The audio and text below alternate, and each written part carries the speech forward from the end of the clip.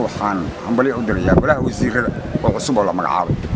ayadoo dhawaan golaha wasiirada maamulka Hirshabelle loo dhaariyay xilkooda ayaa siyaasiyiinta iyo waxgaradka magaalada Jowhar hambalyo waxa ay hawada u marinayaan xukuumadda cusub ee maamulka Hirshabelle Abwaan Daahir Xuseen Diini Daahir Qaran ahna siyaasi ka soo jeeda deegaanada maamulka Hirshabelle waxa uu hambalyo iyo waliba dardaaran uu hawada u marinayaa xukuumadda cusub ee Hirshabelle waxa uuna uga dardaarmay in ay hab shaqo wanaagsan ay la yimaadaan waxaan hambali u dirayaa golaha wasiirada oo cusub oo la magacaabay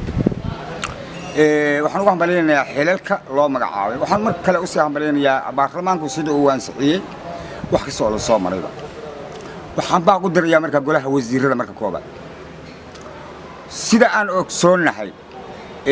Hirshabelle dhibaato badan ayaa laga soo maray dhismaheedii waxaa laga rabaa marka dhibaatadii laga soo maray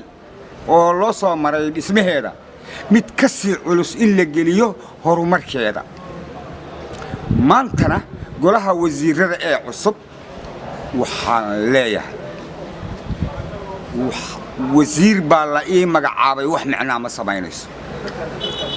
waxaa la rabaa ficil iyo waxqabad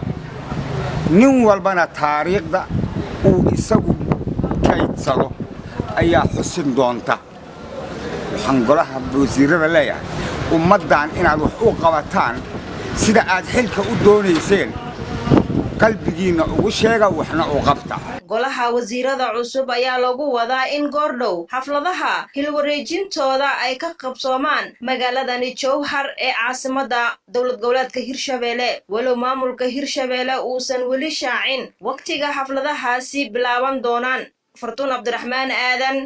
Bulsho TV magaalada Jowhar